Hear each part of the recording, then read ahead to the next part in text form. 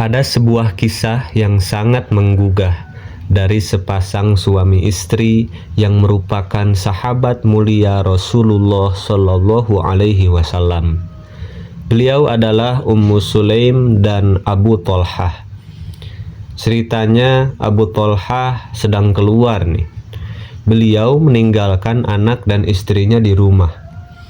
Anak kesayangan Abu Thalhah ini mengalami sakit parah dan akhirnya meninggal dunia. Nah, Abu Thalhah gak tahu kalau ternyata anak kesayangannya meninggal dunia saat dirinya keluar. Istrinya yaitu Ummu Sulaim yang menyaksikan kepergian putranya tentulah sangat sedih juga. Namun, beliau begitu sabar.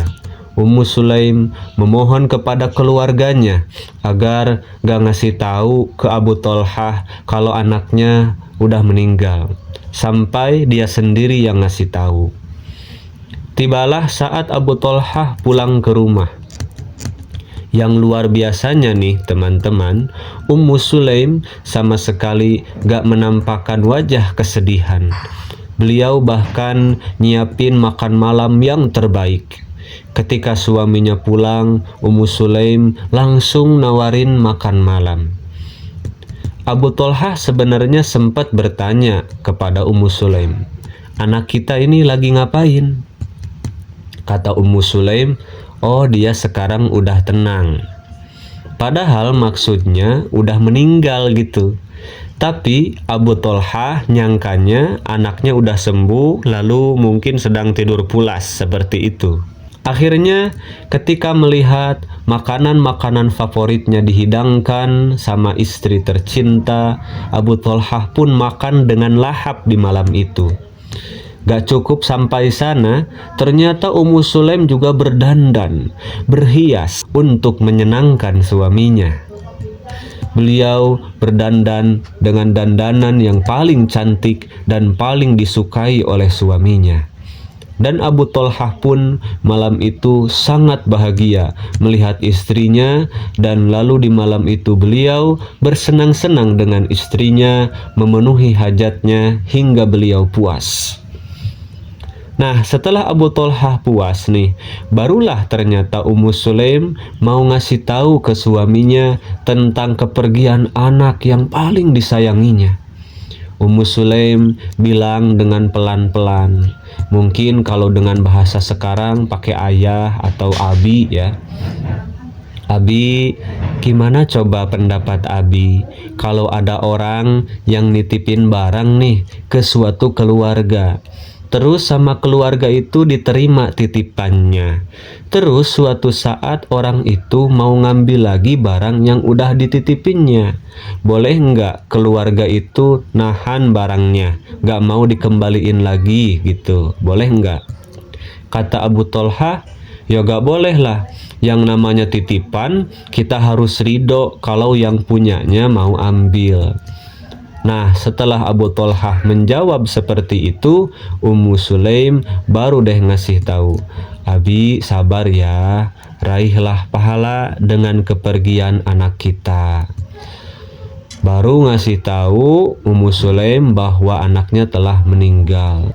Habis itu Abu Thalhah kaget banget. Beliau refleks bilang dengan marah kepada Ummu Sulaim, "Kamu biarin aku gak tahu kematian anakku sendiri, dan malah baru sekarang dalam keadaan aku sudah junub baru kamu kasih tahu aku." Nah, intinya setelah itu Abu Thalhah saat itu gak tahu lagi mau bilang apa. Mau marahin istrinya juga bingung kan, karena beliau udah dilayani dengan sangat perfect di malam itu. Ummu Sulaim mengikuti apa yang seharusnya dilakukan seorang istri sesuai dengan petunjuk sunnah Rasulullah Shallallahu Alaihi Wasallam. Akhirnya tidak ada lagi orang yang layak jadi tempat mengadu bagi para sahabat, termasuk Abu Thalhah, selain Rasulullah Shallallahu Alaihi Wasallam. Abu Thalhah mengadukan kejadian yang dialaminya kepada Rasulullah. Dan teman-teman tahu apa reaksi Rasul? Rasul bersabda mendoakan Allahumma barik lahuma. Ya Allah, berkahilah mereka berdua. Wah, didoain sama Rasulullah. Tentulah doa tersebut mustajab. Allah nggak lama kemudian memberikan karunia Ummu Sulaim dan Abu Thalhah seorang putra lagi. Ummu Sulaim melahirkan seorang anak laki-laki. Setelah anaknya lahir, Abu Thalhah langsung bawa bayi laki-lakinya ini menghadap Rasulullah Shallallahu Alaihi Wasallam. Ummu Sulaim menyerahkan bayinya kepada suaminya dan juga bekal beberapa butir kurma untuk dibawa oleh Abu Thalhah kepada Rasul. Ketika sampai menghadap Rasulullah, Rasul langsung menggendong bayi tersebut. Lalu Rasul bertanya kepada Abu Thalhah, bawa sesuatu gak bersama bayi ini? Ada ya Rasul, ada beberapa kurma. Nah, lalu Rasulullah Shallallahu Alaihi Wasallam mengambil kurma tersebut, mengunyahnya, kemudian beliau ambil hasil kunyahan itu dan meletakkannya di mulut bayi tersebut.